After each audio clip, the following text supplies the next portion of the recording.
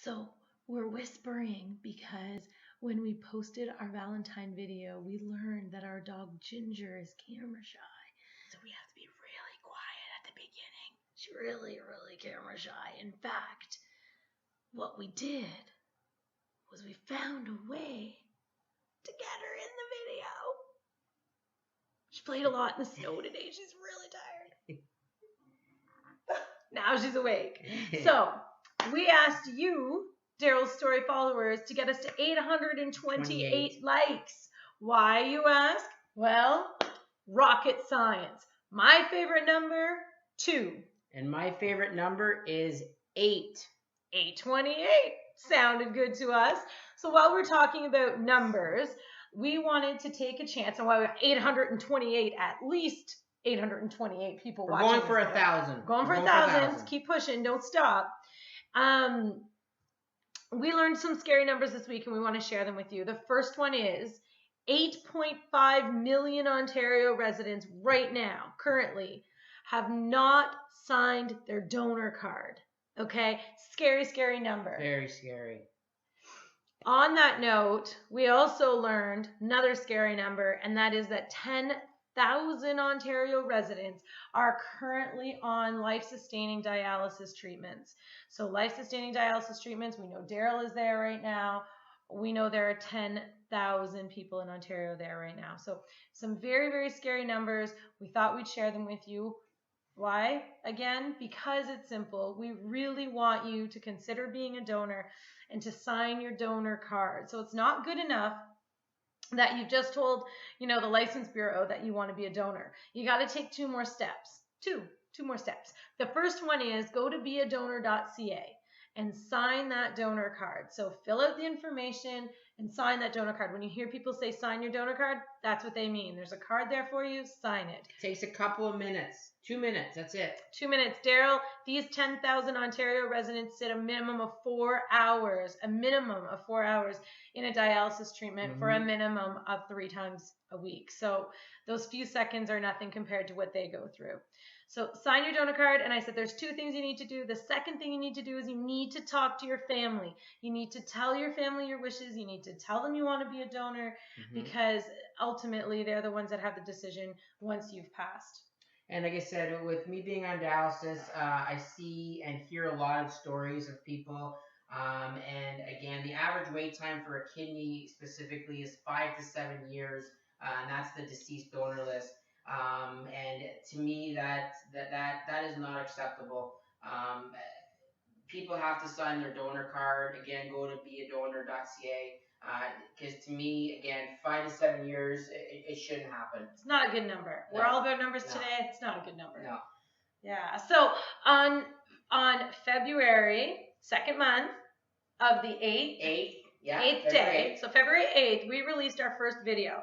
And that video was to explain and to tell everybody about the National Paired Exchange program that we were entering. So if you don't know what we're talking about because you're just following us now, you can go back a couple videos and we'll check it out. But essentially what it means is Daryl and I are not a matching pair. So I am completely 100% willing to give Daryl my kidney. He is not a match for me. So as a non-matching pair, we go into the National Paired Exchange program hoping that there is somewhere in Canada a recipient that I can give my kidney to and a donor that matches Daryl. So again, the hopes of going into that program was that we would get what it's called as a proposal.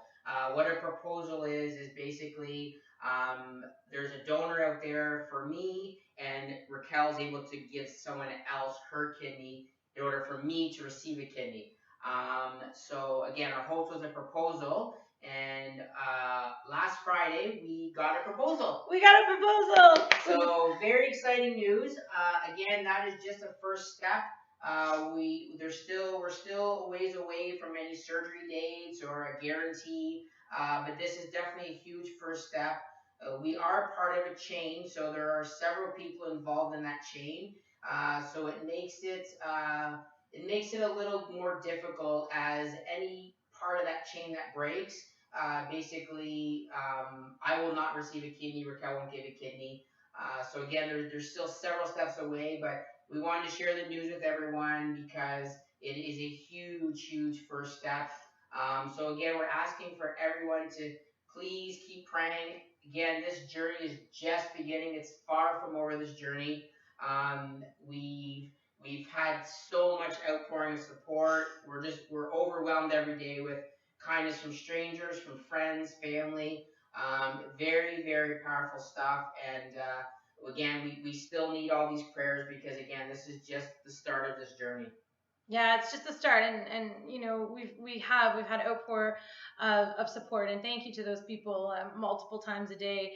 I'm brought to tears by generosity and kindness, and it's just it's fabulous. So yeah, so we want to share it all with you because that's the whole idea of sharing Daryl's story, which essentially is our story, and we'll continue to keep you posted on how things are going. Like Daryl said, we believe this is just the beginning. So we know there's lots of testing to still happen and some traveling to happen, and ultimately simultaneous donor surgeries across Canada happening on the same day. But like Raquel said, she's giving a kidney to somebody else. I personally don't feel that way. I feel that she's basically giving the kidney to myself. And without that, her that selfless act, basically I wouldn't be alive. So I know she says it's nothing. She said she would do it for anybody, but it's a selfless act, and no one knows what it means to me. So I just want to tell her that I really appreciate it, and again, without her, I probably would be dead. So I thank her, and yeah, and I thank everyone for their prayers and continued prayers. Sorry for crying. It's just at times it gets very overwhelming, and we just need that continued support, and we will get through this. We really will. And again, thank you everybody. I really appreciate it. Well, we might as well leave on another number. 2 people crying. Thanks everybody.